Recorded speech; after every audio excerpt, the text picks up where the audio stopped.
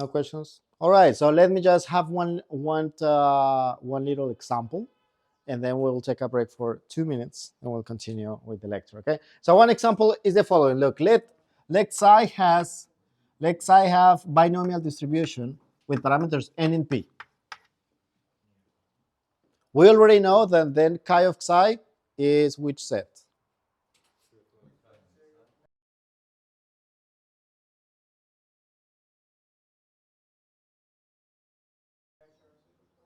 The natural numbers from 0 to n, yes? Chi, this is chi. I mean, this is the Greek letter chi somehow. All right. I tried my best here. Maybe it's not very Greek, but yeah. Anyway, so chi of psi again is the set of all possible values. So here we're talking about the natural numbers from 0 to n.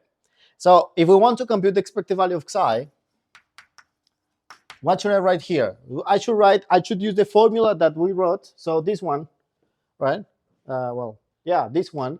So the sum over all possible values, the sum here over all possible values of the random variable psi. So all possible values are all naturals from 0 to n. So from k0 to n. And then I write here k, okay? Because xi, so all possible values are just all naturals from 0 to n. Then here I can write just k. And then I have to multiply this by the probability that xi equals k. So by the PMF.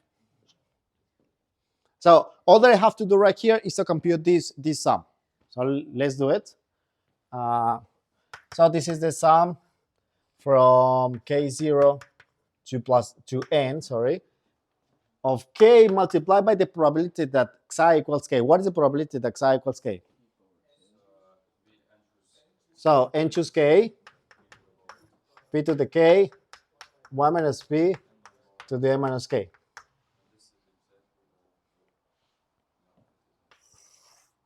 Yeah, no, this is not exactly something else.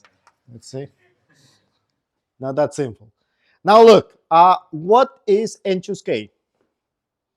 I mean, by definition.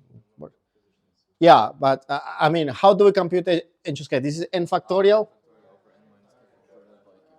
Yes, exactly. So we have that we have n factorial divided by n minus k factorial multiplied by n factorial by k factorial. Sorry. So here we are dividing by k factorial, but here I have k. So I can cancel this k with the last k from the k factorial, and we'll have k minus 1 factorial, right? So let me do this. So we have this sum again. And let's notice first that if k equals 0, then this becomes 0, right? So actually the sum is from 1. And then we have k minus 1 factorial. Yes. Now, I will have n factorial. Let me write n factorial as n multiplied by n minus 1 factorial. Yes? N multiplied by n minus 1 factorial is n factorial. And then we have n minus k factorial. Let me write n minus k factorial in the following way. I'm going to write n minus 1 minus k minus 1 factorial.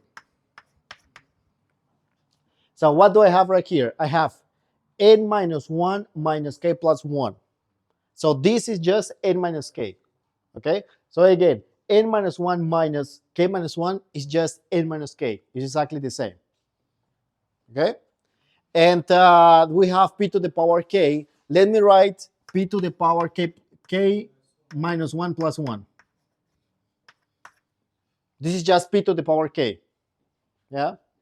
And finally, so we'll see in 2 seconds why we need this.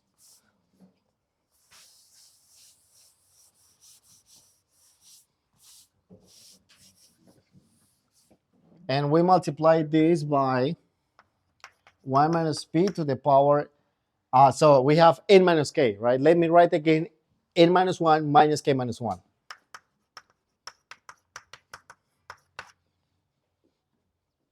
Good. So what I'm going to do next, we have this constant n, right? And we have this constant p. So I'm going to write NP outside the sum, NP. And what we have inside, for completely understand what is written, let me write that n minus 1 equals m, and k minus 1 equals j. Okay, I'm going to make this change of variables so that it's completely clear what we are going to obtain. So this will be the sum from j. So j goes from which value? From 0. Here is not plus infinity. Why did I write plus infinity? Here is n. From 0 to which value goes j? To m, right? So to n minus 1, so to m. And then what is this? Look, it's right here. This is n minus 1 choose k minus 1. So m choose j. And then we have p to the power j and 1 minus p to the power m minus j. So what is this equal to? 1. So the answer is NP. The answer is NP. So on one hand, we prove that the expected value of binomial distribution with parameters n and p is NP.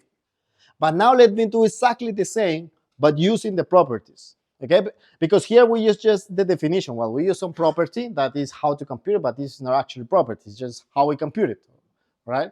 Now, let me use the property of linearity, and then we will prove this in a different way, faster way. Okay, do it over here.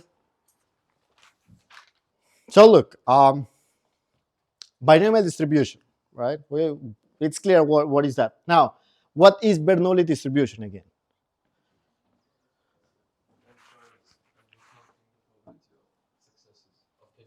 So that's binomial, yes.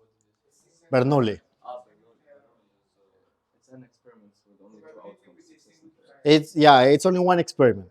So in binomial we have n experiments. In Bernoulli we have only one experiment. So what are the possible values of the Bernoulli distribution? 1 and 0, yes. So let psi I has Bernoulli distribution with parameter p. So we have one coin. The probability of success is p. So the possible values are 1 or 0. 1 if we have success, 0 if we don't. Now let's compute the expected value of xi. How do we compute the expected value of xi? So what are the possible values of psi I again? 0, 1. Then we have 1 multiplied by what? By probability that psi I equals 1 plus 0 multiplied by the probability that psi I equals 0. That's it, right? So this is equal to 1 multiplied by the probability that psi I equals 1, which is equal to p. So this is equal to p. So the expected value of psi I is equal to p, right?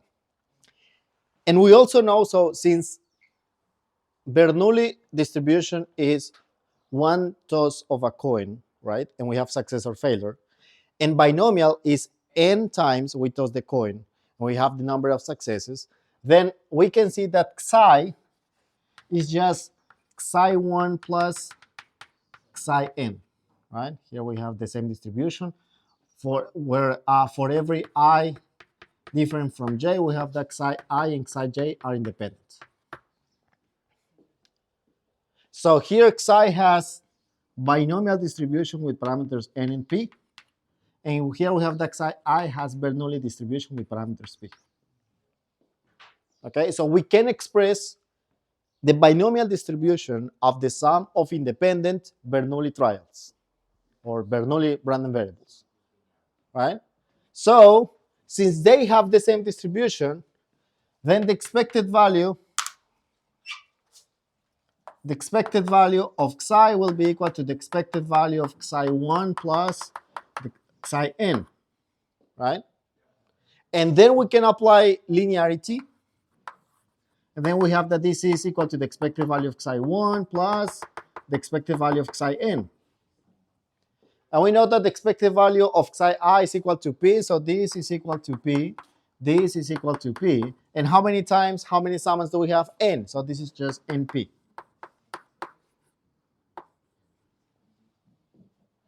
So we prove that the expected value of binomial distribution is also NP, just using the properties that we know, linearity, okay? So we have two different methods.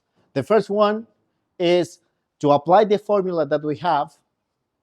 The second one is to use the property somehow, right? Sometimes this is not easy to compute, and then it will be way better to do this, okay? All right, let's take a break for 2-3 minutes.